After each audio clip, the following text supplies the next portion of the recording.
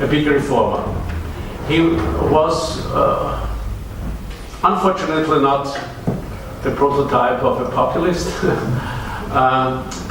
and he made an immensely important step. He finished the grand coalition we had for 20 years after World War II, and in Austria nobody could imagine that there was no grand coalition, and he formed just a single party government. This was absolutely important because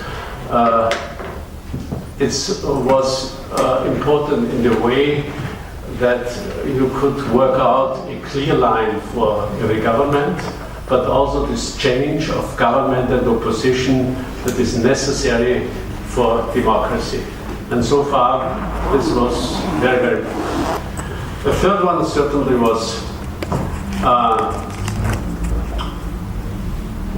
Alois Mock. I would say his greatest strength was tenacity. He was something that who really tried to stay with the problem and who also tried to manage it through.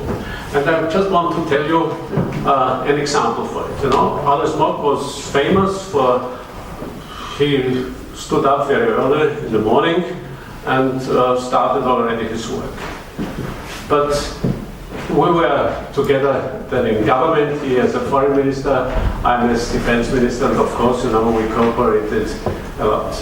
When at midnight the telephone rang, my wife used to say, Alois.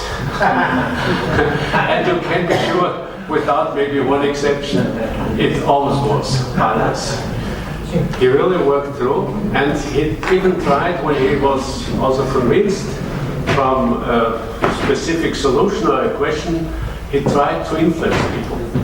And what he did was, for example, during the transformation of Central and Eastern Europe, during the transformation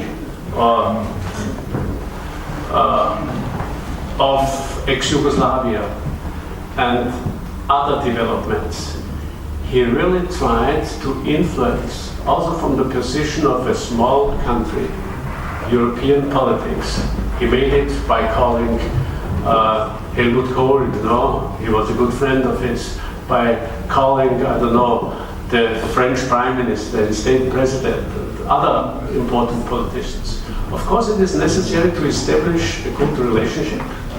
Then you also can influence from a weaker position, basically a weaker position, out politics in a way that is enormous. When I mentioned first that I initiated the first defense minister meeting in Europe, I only could do it because I was already a few years in government and therefore knew the people and had also a position that was maybe a little bit stronger than the usual position of an Austrian defense minister. But I also could speak to the French or the British or the German defense minister very clearly and said, I'm convinced, think it over. If you are not happy about it, tell me, whatever. When you have shape for yourself the opportunity to speak out things very clearly. And this needs a good basis, a good personal basis of contact. A good personal basis of contact will help you in business and in politics. As I told you, I was sales director for quite a few years. And one of my experiences was that one of the most important things in order to be able to sell products is that people trust you. And people will only trust you if they know you. If they don't know you, there always will be a distance, you know?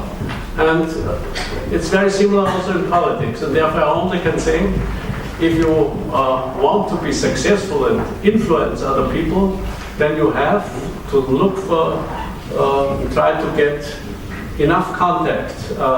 Be open, not distant, but try to be open yourself, also when there are difficult questions, speak it out, and people will learn to trust you also that you are not only looking for a specific benefit for yourself or so, you know.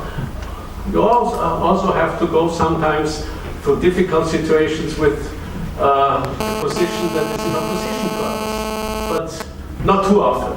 Of course not too often. But sometimes this is a very good thing, that people also realize it's not only looking for the opinion of the majority or so. And the last person I also want to mention, this is Wolfgang Schüssel. I was together with him 10 years in government. There even was a competition between him and me for the party, for the party presidency. But I accepted absolutely that he became it. But we had a very good relationship also. And what I really learned from him, you know, as I've said, I came out from private business. We were very successful. I was in sales, but I never have learned a better salesman in the sense of negotiating than Wolfgang Schüssel.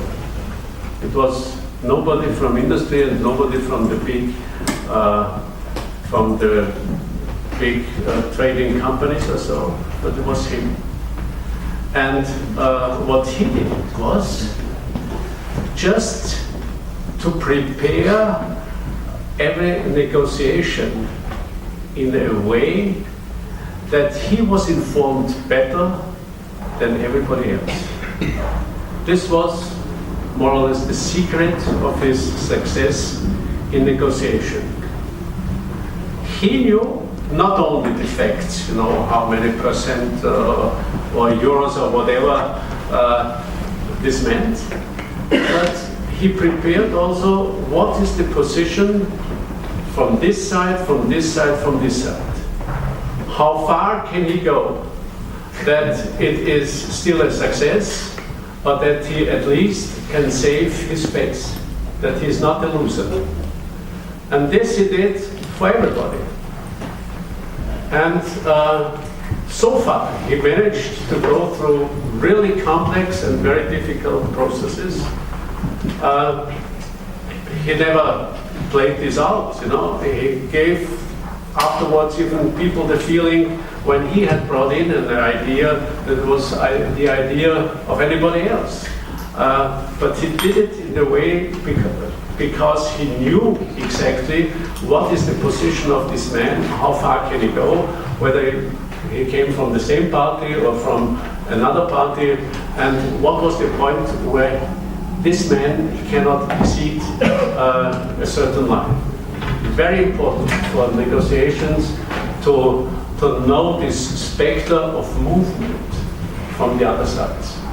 And when you respect the specter of movement from the other side, then you will have all the odds for yourself in order to get the best result that you can work on. So on the telecom, there was almost no involvement from the side of Austrian People's Party, but we got almost all the political blame for it. We were not very skillful at it, what is a great pity, and it damaged us, it damaged the party in a way that we still feel it, even if it is already almost a year ago that it came out.